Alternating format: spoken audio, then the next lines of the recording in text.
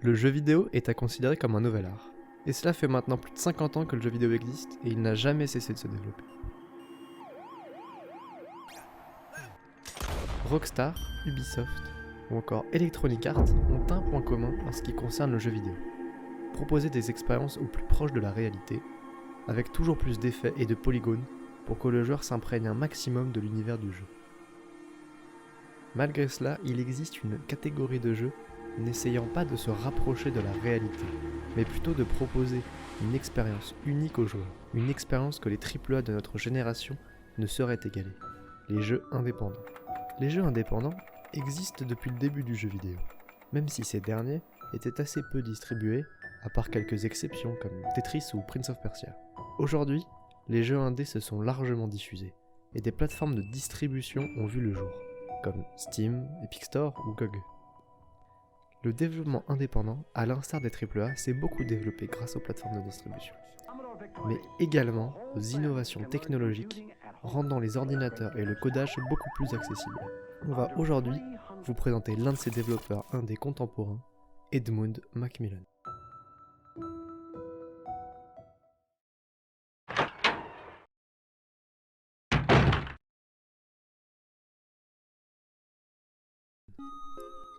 Edmund Macmillan était un enfant comme les autres. Il passa la majorité de sa vie chez sa grand-mère à Santa Cruz. Il a étudié dans le lycée Soquel. Passionné par les monstres, il passait la plupart de son temps à en dessiner. C'est d'ailleurs cette thématique qui revient dans la plupart des jeux. C'est alors en 2001 qu'il commence à créer ses premiers jeux.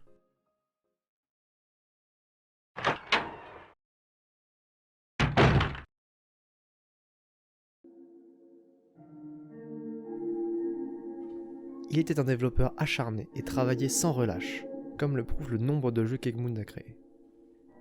C'est l'un des piliers du jeu indé moderne. Son premier gros projet était Guiche en 2004, un jeu de plateforme sans prétention qu'il n'avait pas développé sur Flash comme à son habitude. Ce fut le début de la réussite pour Macmillan. Le jeu gagne le Grand Prix de Thomas McNally et le prix de l'innovation en game design en 2005. S'ensuivit plusieurs autres jeux sous Flash jusqu'en 2008 où il sortit Either, qui fut un succès honorable. Mais c'est avec la création de Meat Boy, un jeu tiré d'un comics que Macmillan avait créé, qu'il a commencé à se faire connaître. Au départ simple jeu de Flash inspiré par Mario, Macmillan en a fait un platformer bien plus difficile que le plombé Nintendo.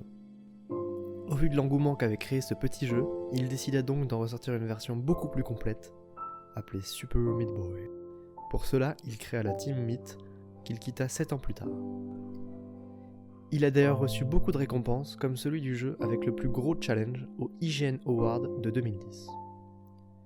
Il a également travaillé sur Bread en tant qu'artiste et animateur de personnages original, avant qu'il ne soit remplacé par David Hellman. Grâce au succès de Super Meat Boy, Edmund, plus confiant que jamais, décide alors de revenir à son inspiration de toujours, les monstres.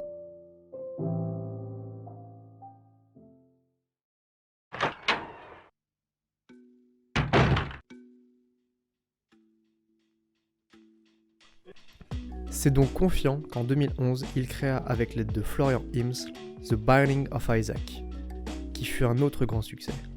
La musique fut également composée par Danny Baranowski, qui avait également réalisé la musique de Super Meat Boy. Le jeu se déroule dans un univers très gore, rappelant les monstres qu'il dessinait quand il était jeune. Ce jeu fut un tel succès que Millen a décidé de réaliser un remake du jeu de base, auquel il a ajouté 3 DLC.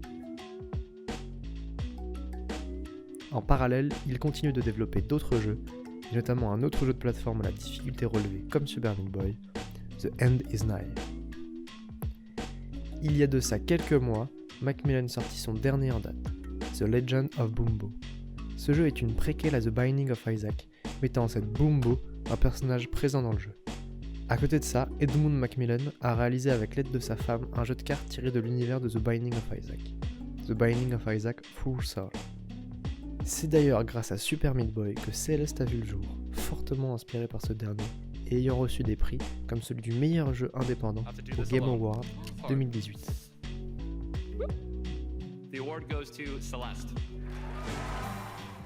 Edmund Macmillan a eu un énorme impact sur le renouveau du jeu indépendant, en devenant l'un des porte-paroles et en faisant redécouvrir le jeu indépendant à des milliers de joueurs lassés des AAA toujours plus répétitifs.